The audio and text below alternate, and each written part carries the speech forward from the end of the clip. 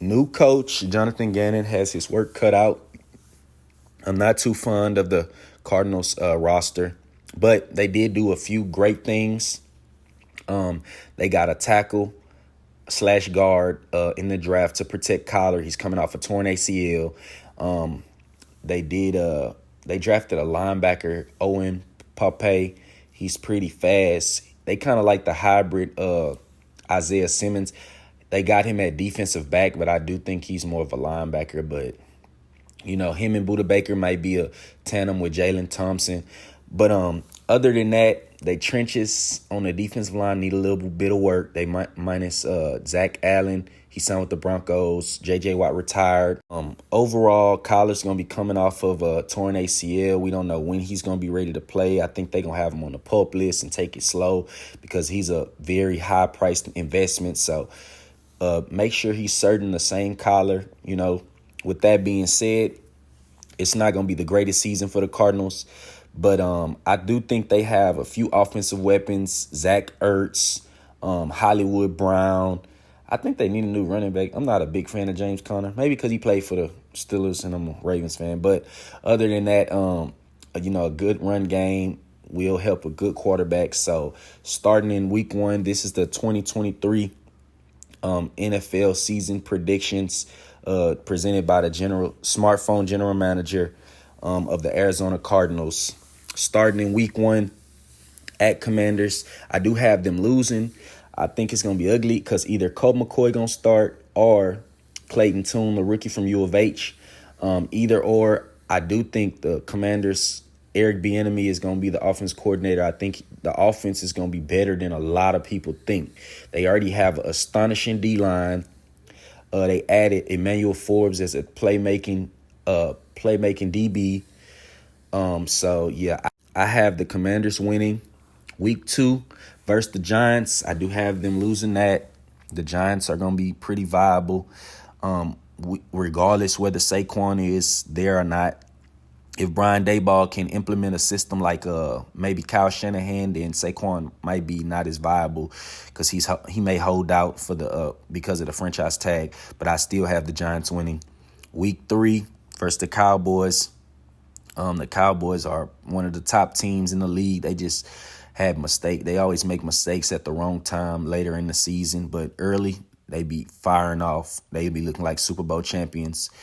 And week 4 at 49ers. 49ers, one of the best teams. As I said, Kyle Shanahan, the mad scientist, he's going to dial up some things and fix some things. And it's like he make average running backs look good. So, man, Christian McCaffrey might look Hall of Fame worthy, like for real, even though he missed a lot of time. But the 49ers not losing this. So then they go to play the Bengals at home in week 5. That's another loss.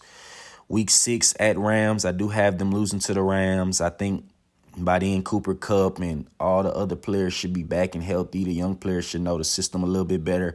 So I do have them losing that one.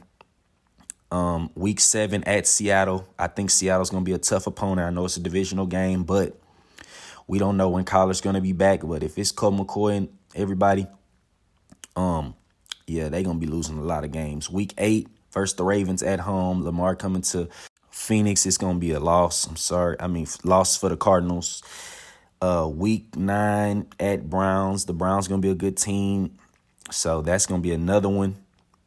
I know they start 0-9. And then week 10 versus the Falcons, they get their first W. I think Kyler's going to be back.